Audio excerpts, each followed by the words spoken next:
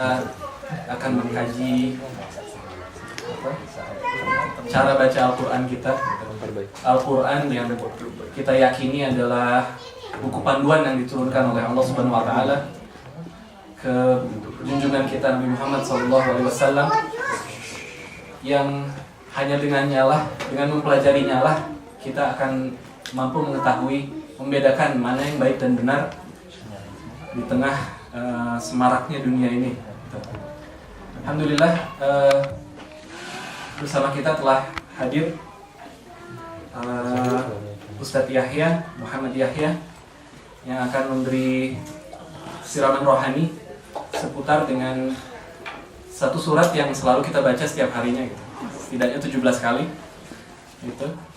Dan kita baca berulang-ulang, yang mungkin karena terlalu seringnya kita membaca itu kadang suka kita lupa sebenarnya apa yang kita baca gitu. Dan insya Allah ini materi hari ini adalah tempat di mana kita akan mempelajari apa yang kita baca tersebut gitu.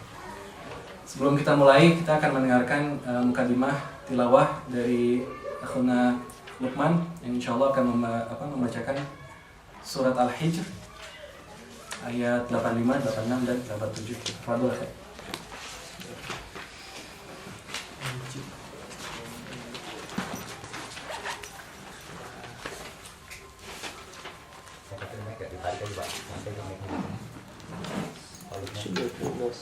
Should be okay. Ini masih pakai mic kan?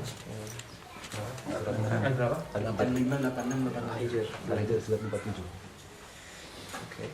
57 surat 15. 15. Al-Hijr 57. Iya. 866. 82. Surat Al-Hijr itu surat ke-15, dan kita akan mendengarkan ayat 85, 86, dan 87 insyaallah.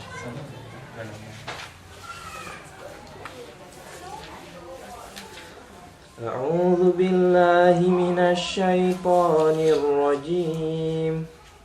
بسم الله الرحمن الرحيم.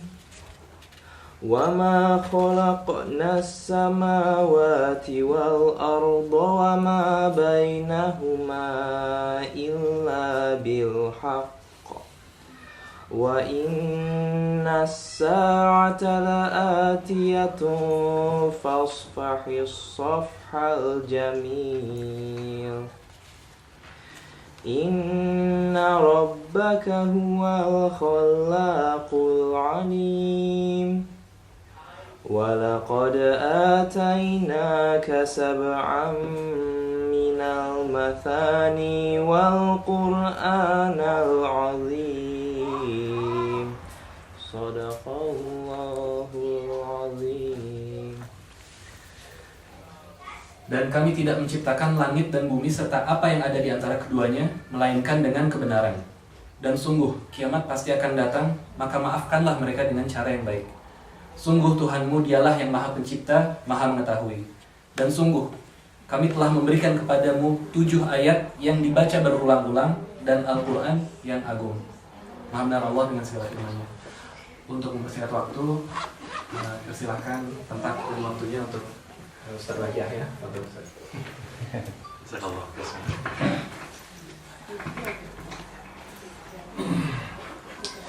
Assalamualaikum warahmatullahi wabarakatuh. Alhamdulillah, nahmaduhu wa nasta'inuhu wa nastaghfiruhu wa na'udzu billahi min shururi anfusina wa sayyiati a'malina. من يهده الله فلا مضل له ومن يضلل فلا هادي له أشهد أن لا إله إلا الله وأشهد أن محمدا عبده ورسوله الذي بلغ الرسالة وأدى الأمانة ونصح الأمة وجاهد في سبيله حق جهاده. إخوة الإيمان أعزكم الله, generasi Rabbani. Di dalam Al-Quran ada satu ayat yang menarik untuk kita renungkan bersama-sama. Kata Allah SWT, kita ini diperintah untuk menjadi generasi Rabbani. Syaratnya ada 2 hal yang harus kita lakukan. Dan insya Allah Madaniyah Foundation ini upaya untuk memproduksi generasi Rabbani ya. Kunu Rabbaniyin bima kuntum tu'allimun al-kitab wa bima kuntum tadrusun. Jadilah kalian orang-orang yang Rabbani karena kalian mengajarkan Al-Quran dan mempelajari Al-Quranul Karim. Tu'allimun sama wa bima kuntum tadrusun ya. Sama satu tu'allimun, yang kedua tadrusun. Kita mengajarkan dan belajar Al-Qur'anul Karim. Kenapa? Karena tidak ada kelompok yang lebih baik daripada orang yang mempelajari Al-Qur'anul Karim dan mengamalkannya. Khairukum man ta'allama al-Qur'an wa 'allamah. Ya, sebaik-baik dari kalian adalah yang mempelajari Al-Qur'an dan mengamalkan Al-Qur'an. Kenapa? Karena tidak banyak hari ini orang-orang yang sungguh-sungguh menjadikan Al-Qur'an itu bagian dari kehidupannya. Kata ayat di dalam Al-Qur'anul Karim, Rasulullah menyatakan, "Ya Rabbi, inna qaumi ittakhadha hadzal Qur'an kitaban mahjura." Ya Allah, sesungguhnya kaumku itu telah menjadikan Al-Qur'an ini kitab yang dijauhkan. Kata Ibnu Taimiyah, orang itu sudah bisa dianggap menjauhkan dari Al-Qur'an. Dia tidak pay attention terhadap Al-Qur'an. Dia tidak memberikan perhatian dan concernnya terhadap Al-Qur'an jika mereka tidak melakukan paling tidak 4 hal. Yang pertama, baca Al-Qur'anul Karim. Kalau Quran sudah tidak dibaca, itu tanda kita bersikap aniaya terhadap Al-Qur'anul Karim. Yang kedua, kalau sudah baca, mencoba beramal dengan Al-Qur'anul Karim ya. Kalau dia hanya sekedar baca tapi tidak diamalkan, juga termasuk penyanyian. Dan yang ketiga, selanjutnya setelah itu bisa diamalkan, dihafalkan, biar bacaan itu meresap di dalam batin kita dan menjadi bagian dari memori kehidupan kita ya. Karena itu cara muamalah dengan kita dalam Al-Qur'an. Belajar dulu, kemudian kita bacanya, kemudian kita amalkan, dan kemudian kita hafalkan. Dan itu yang dilakukan oleh para sahabat Nabi ya, oleh para sahabat Nabi. Kemuliaan seseorang bahkan di zaman Rasulullah diukur dari seberapa intens dia berkomunikasi dengan Al-Qur'anul Karim.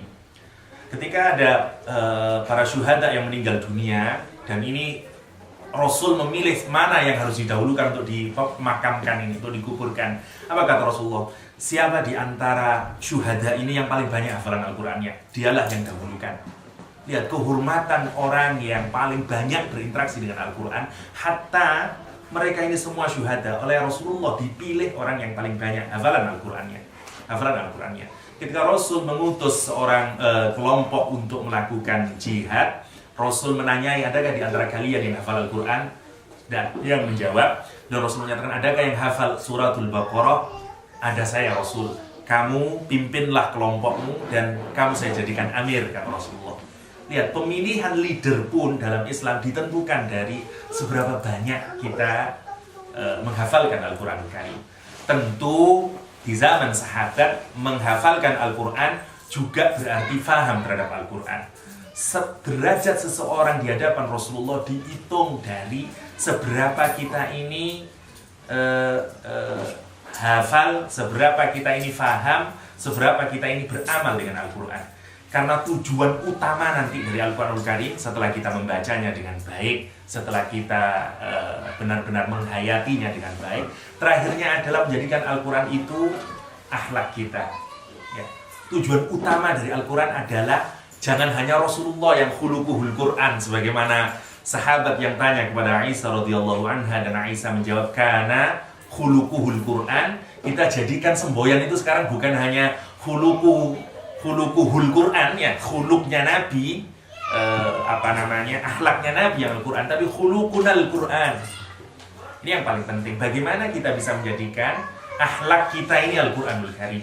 Akhlak kita ini Al-Qur'anul Karim. Karena itu tujuan paling utama. Jadi kalau ada orang nanti meninggal, bagaimana akhlaknya Luqman? Kana khuluquhul Qur'an. Harus cita-cita yang tinggi. Persoalan nanti tidak nyampe ya tidak jadi masalah. Yang penting kita bercita-cita punya pribadi Quran, punya pikiran Quran ya. Apapun yang kemudian itu menjadi pikiran kita, cita-cita kita, apapun kita margini oleh Al-Qur'anul Karim. Kalau kita sudah bisa begini, itulah generasi yang terbaik. Generasi yang mengukur semuanya dengan Al-Qur'anul Karim. Rasulullah adalah orang yang setiap pikirannya, geraknya, dan seluruh apa yang dilakukan oleh Rasulullah adalah merupakan cerminan dan refleksi dari nilai-nilai Al-Quranul Karim. Karena itu pantas Aisyah menyatakan kana khuluquhul Quran. Kana khuluquhul Quran. Nah, saya sangat berbahagia berkumpul dengan teman-teman yang serius mempelajari Al-Quranul Karim. Ya, semoga usaha kita ini dan kecintaan kita terhadap Al-Quran itu menjadikan kita ini mendapatkan syafaat nanti dari kiamat, di hari ketika kita tidak ada yang menolong, Al-Quran bisa menjadi penolong. Kata Rasulullah SAW di hadis yang sahih, Iqra'ul Quran fa'innahu ya'ti yawmal qiyamah syafi'an. Ya, syafi'an fa'innahu ya'ti yawmal qiyamah syafi'an. Bacalah Al-Quranul Karim karena nanti Al-Quran itu akan datang di hari kiamat menjadi penolongmu. Jadi penolongmu. Ya, hadis yang lain misalnya kalau Al-Quran itu kita jadikan di depan, maka dia yang menggait kita ilal jannah. Kalau Al-Quran kita letakkan di belakang kita, Al-Quran itu yang menjadi sitron kita, menjadi hijab kita dari neraka Allah SWT. Bahkan prestasi derajat orang di surga juga ditentukan dari berapa banyak kita baca Al-Quran. Yuqalu li sahibil Quran. Hadis sahih riwayat Imam Tirmidzi dan Imam Nasai kalau saya tidak keliru, dicatatkan nanti di hari akhirat, yuqalu li sahibil Quran, dikatakan kepada ahli-ahli Al-Quranul Karim, dibaca Iqra, bacalah Al-Quran. Kata Allah SWT, wartaki, dan naiklah. Wartaki itu kayaknya di Indonesia ada yayasan Taroki, ya. Taroki itu kayak undak-undakan. Undak-undakan itu tangga, ya, jadi stage, jadi pindah lagi ke level lagi dan seterusnya. Allah itu berkata kepada orang yang disebut dengan sahibul Quran. Siapa sahibul Quran?